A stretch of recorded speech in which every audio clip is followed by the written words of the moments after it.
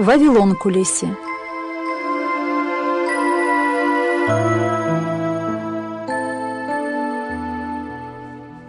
Noy'un 3 oğlunun vardı çok evladı. Da dünyanın hepsi halkları çekilirler potoptan sonra onlardan.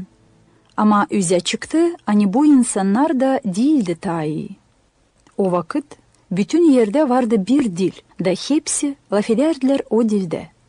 Bir kere insanlar toplandılar, bilada dediler birbirine. Kuralım kendimize bir kasaba, hem bir küle. Çak göke kadar üyüsek de bununla anılmış olalım, hani ki dağılmayalım yerde.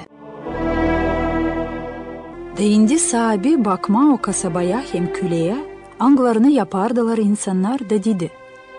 Hepsi onlar bir halktır, hem hepsinin dili birdir.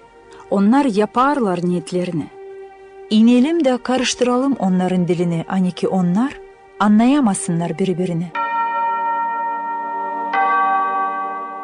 Sahibi öyle dağıttı insanları bütün yerde, da onlar bitiremediler kendi kasabasını.